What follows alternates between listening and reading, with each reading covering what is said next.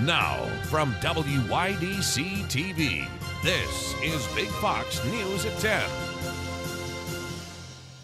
Good evening. I'm Scott Beadle with Big Fox News. The Troy man involved in a fatal crash that killed a pregnant woman has been sentenced. 26-year-old Samuel Lee Corey was found guilty of felony DUI, sentenced to 21 months to 7 years behind bars, as well as a $2,500 fine. Corey will also lose his driver's license for 18 months, and an additional 5-year suspension will be imposed for the DUI. The head-on crash happened back in February in Bradford County, PA.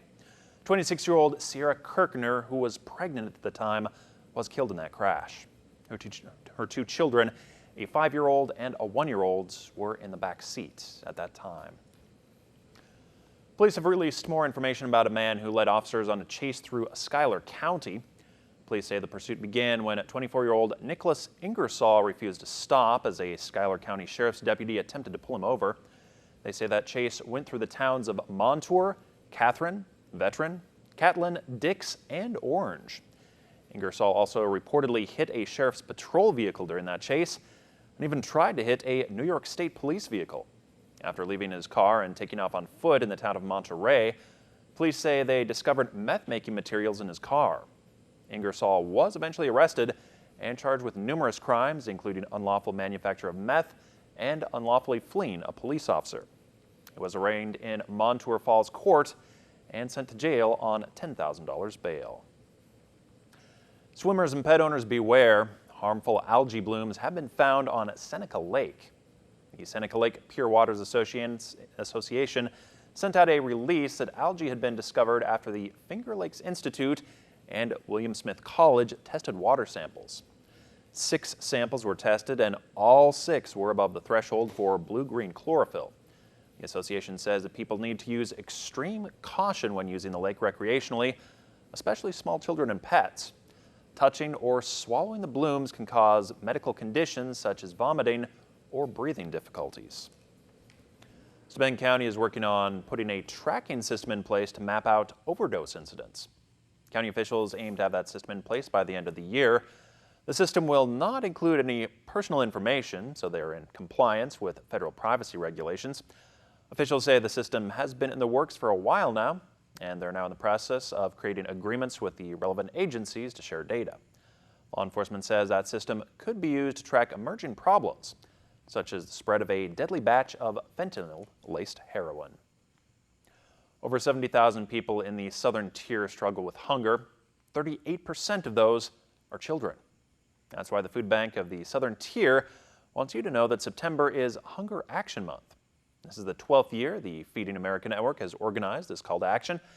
This year's campaign is seeking 40,000 actions. In fact, whether it be a volunteer day, a social media post, or a donation to help end hunger. On September 12th, that's next Thursday, the Food Bank will host Hunger Action Day.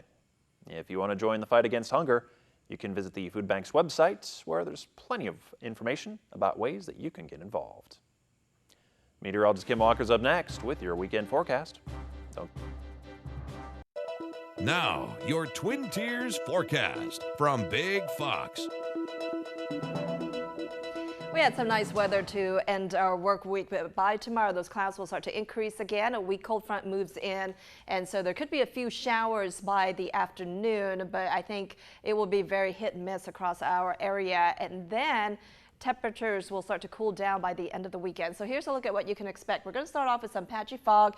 There could be a few showers in the afternoon, and then by Sunday expect partly sunny skies, and temperatures will be a little bit chillier. And then we're going to see gradual warming for the first half of the week anyway, before another cold front comes our way. Tonight temperatures drop down into the 50s, 51 for Elmira, 53 in Corning, partly cloudy skies, and then tomorrow there could be a shower or two in the afternoon. Temperatures though will be a lot cooler, 71 degrees in Elmira, 70 Corning, Bath the same, Hornell around 70, and 67 degrees in Perkinsville. Your 7-day forecast calls for temperatures that will be cooling by the end of the weekend with another cold front coming in. So our highs only in the upper 60s.